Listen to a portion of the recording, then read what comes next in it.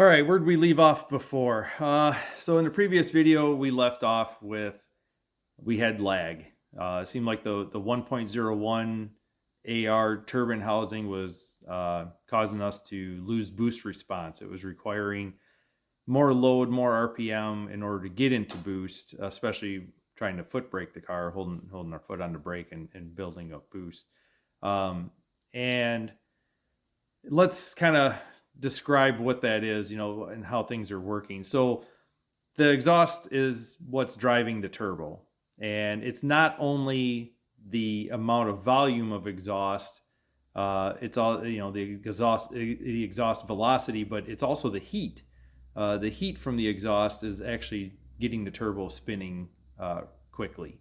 So whenever we want to put as much exhaust, heat, volume, all that stuff into the turbo to get it excited, to get it lit off. And how can we create that? How can we get that to happen?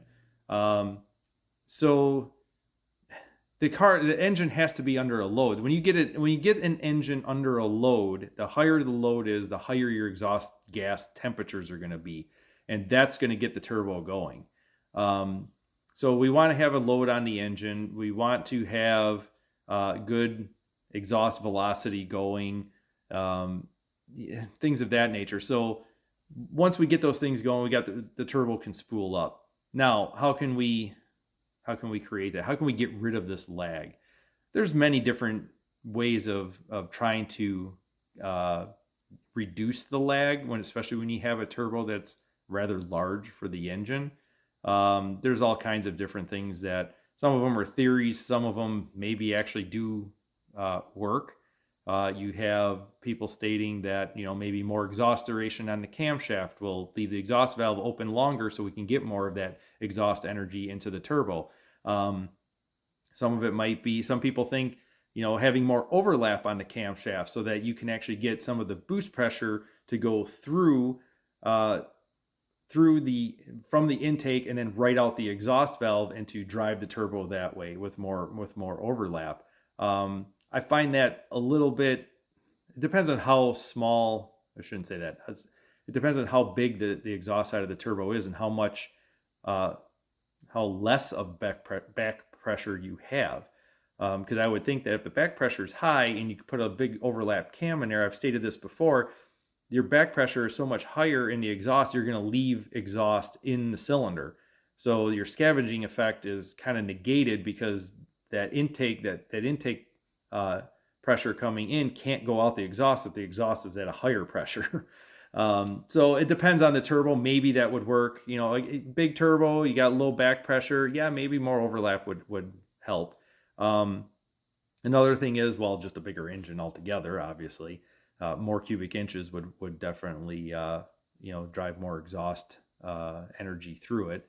Higher compression ratio is another factor. People mention that having a higher compression ratio for the engine would also drive the turbo and create more exhaust energy. That's a possibility too. Some of these are just hard to do with a 301. It's hard to create more compression with the 301. I mean, significantly more compression. Running these engines on a flat top piston with the stock cylinder head, you only get so much compression out of it. Usually it's somewhere around 8-1.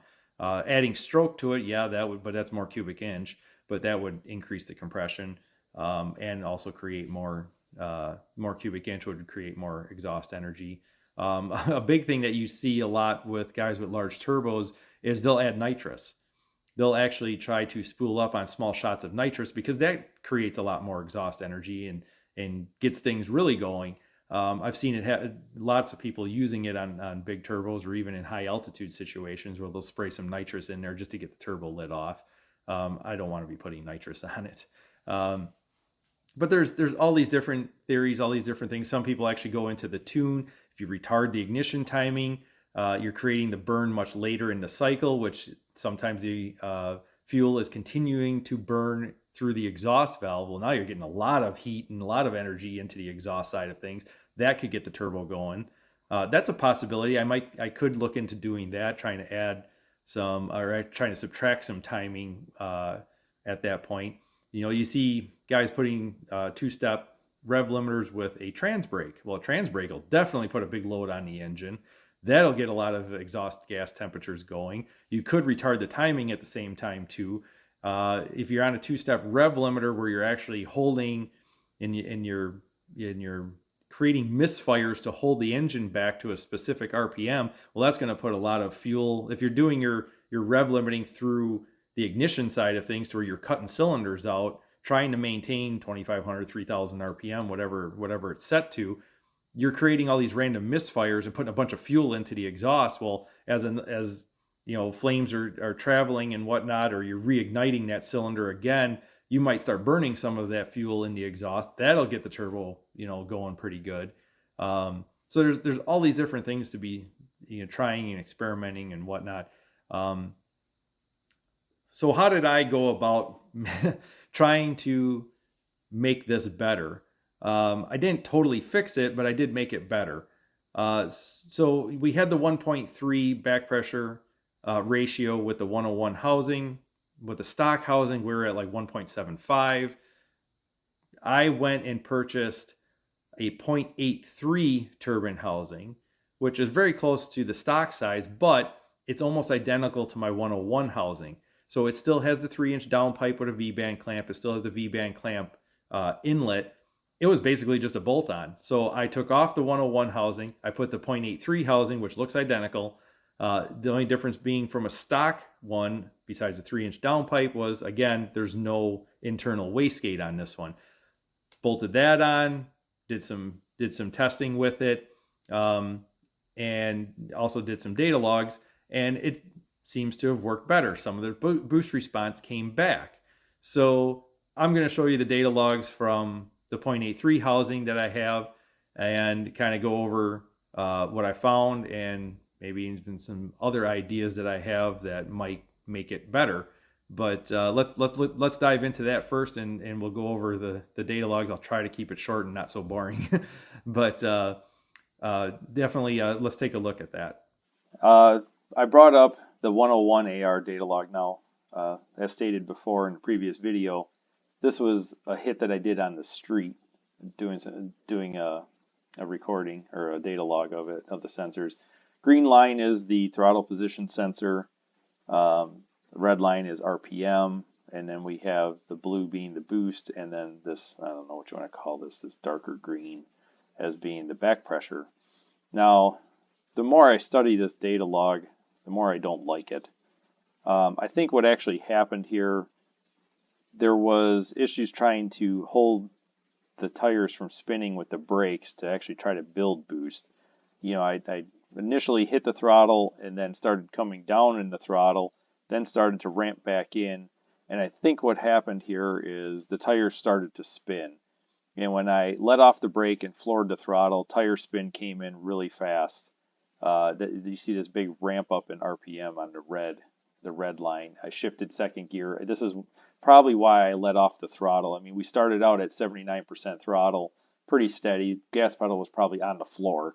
But then the tire spin, the RPM started to run away due to tire spin, and I backed off the throttle and shifted second gear, and kept the throttle down 66, 67%. Tried to get back in it a little bit, but and just kind of rode it out and did a 2-3 shift over here.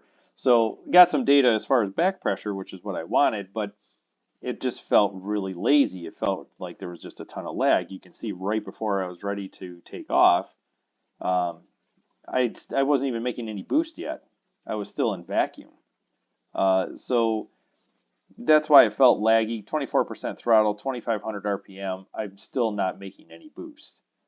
And in fact, because I had let off the throttle and the RPM was kind of running away here with the tire spin, 4,700 RPM, 72% throttle position. I'm only at 12.5 pounds. I think it was set to 15 or 16.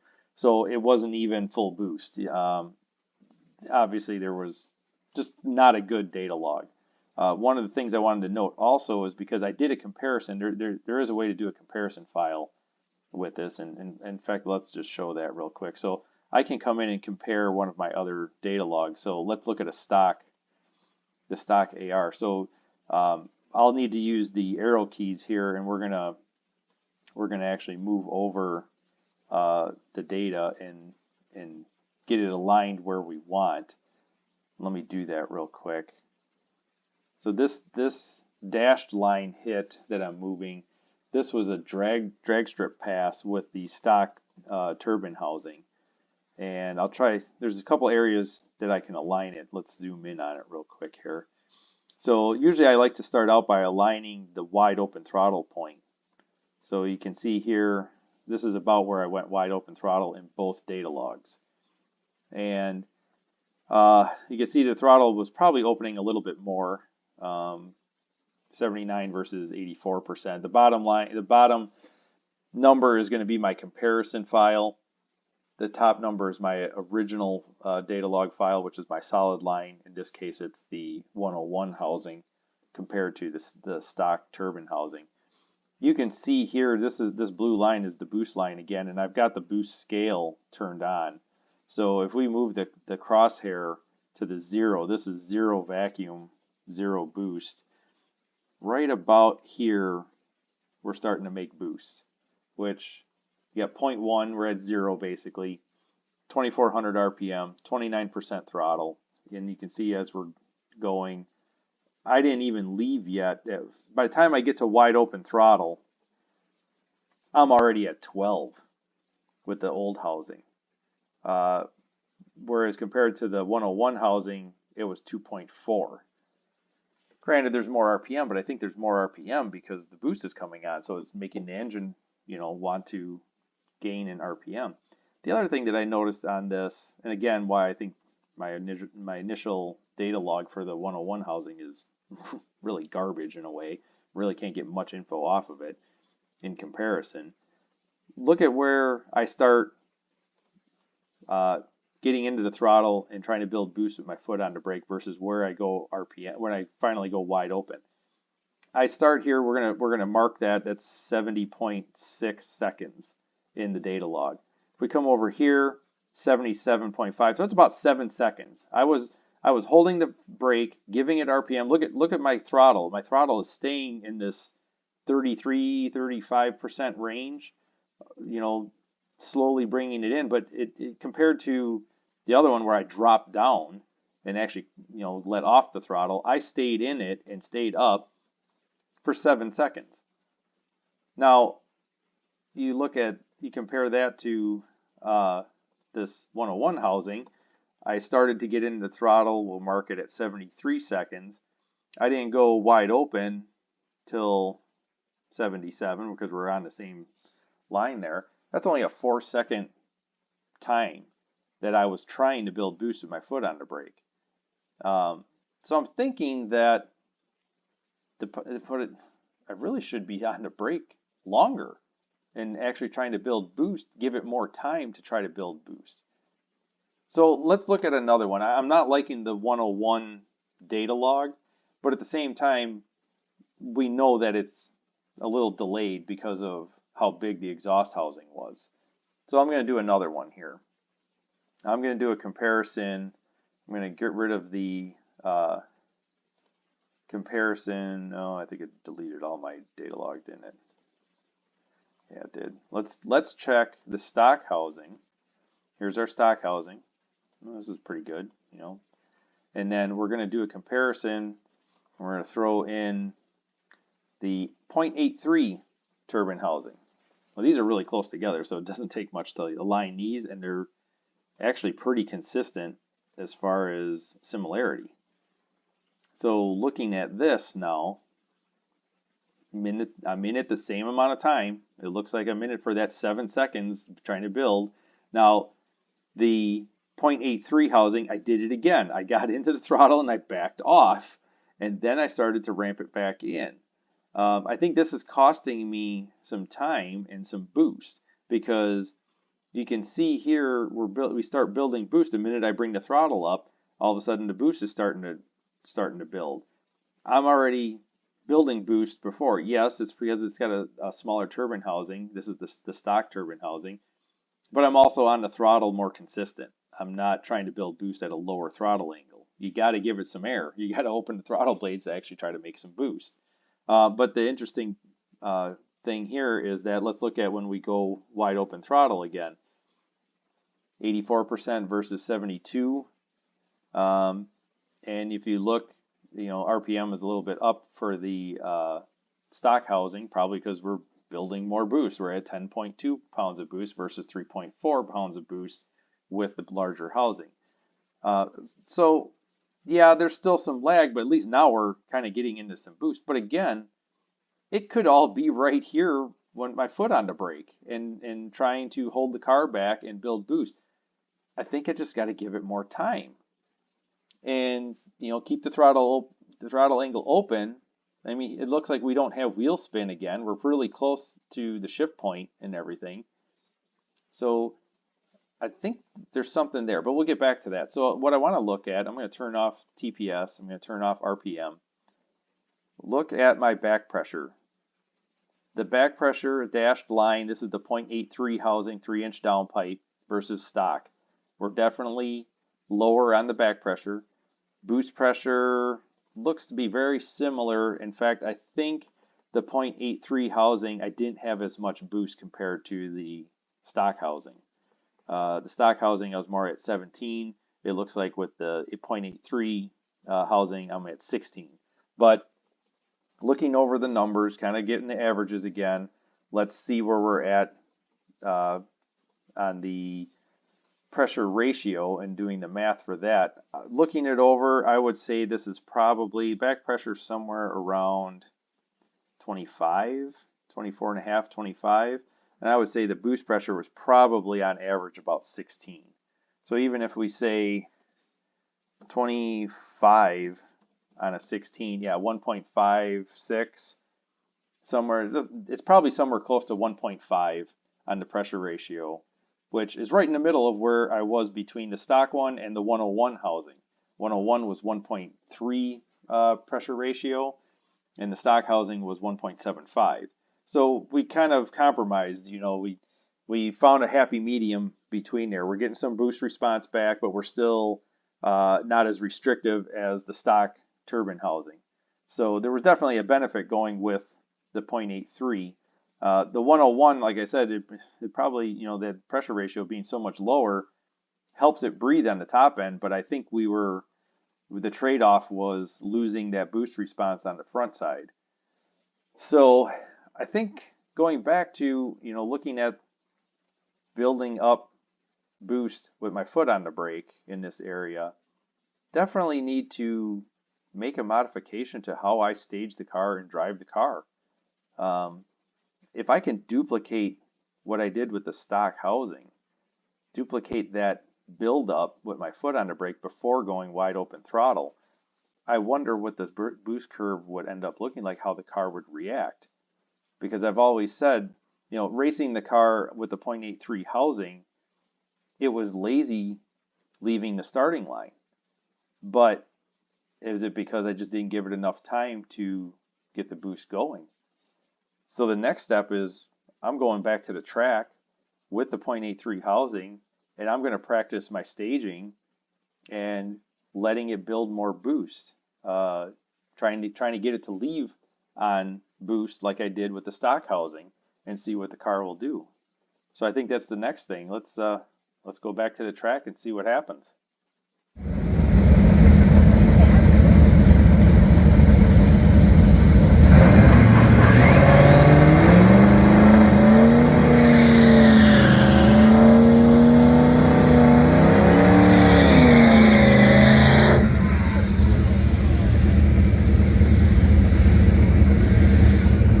Joseph in the left lane, Jonathan in the right lane.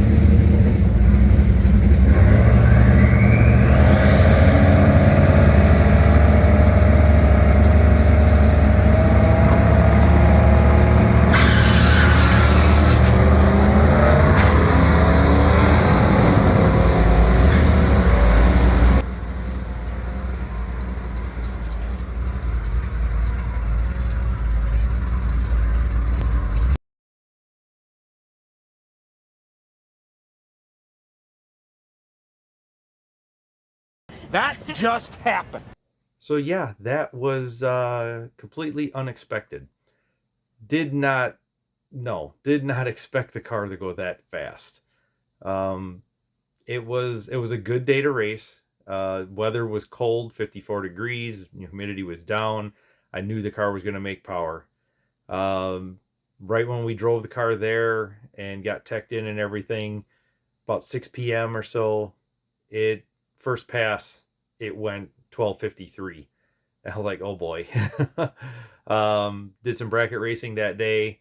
The last pass of the night, about 8:45 at night, I actually raced my son who was driving my Mustang, and you can tell I didn't, my reaction time was just not there. I wasn't going for a reaction time. This was just a test and tune pass. I was more focused on how much boost I was going to leave on, and it left on 6 pounds of boost. It was making 17 pounds the whole way down the track. It was a pretty uneventful pass. I mean, it 60 footed. You saw the time slip, 60 footed in the high 1/8. I didn't.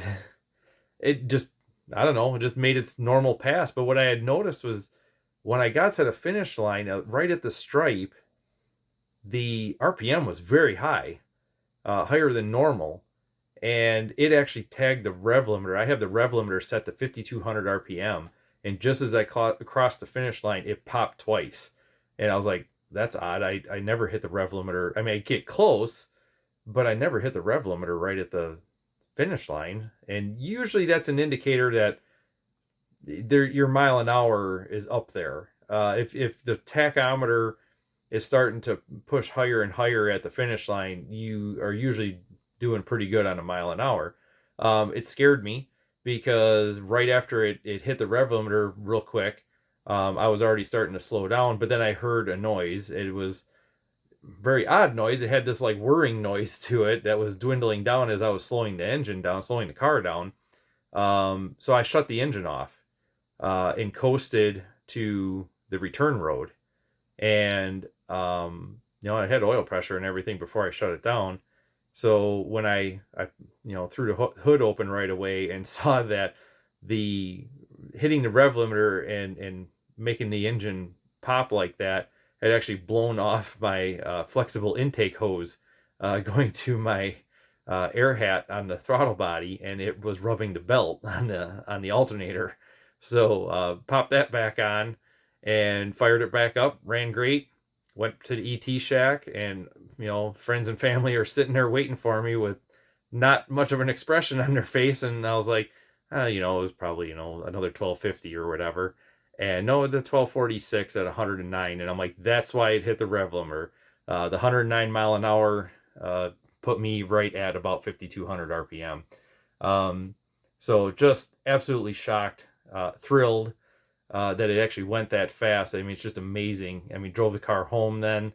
This is a full weight car. I mean, all interiors in it. The AC is still on, a compressor, all the hoses and everything, condensers in it, all that. Still has the 308 gears in the rear end.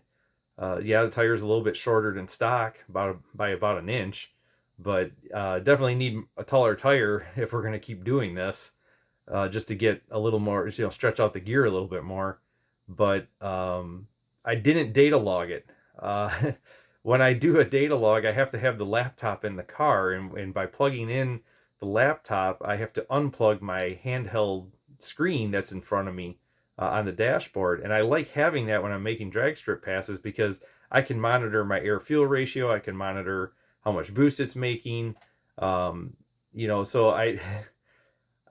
usually I'll make passes without the laptop, and then once I know everything's working well and there's no issues, then I'll plug the laptop in maybe to do a data log. And then also, with you've seen in the previous videos, doing the back pressure sensor, I have to hook that up because I don't like to leave that hooked up all the time just driving the car on the street.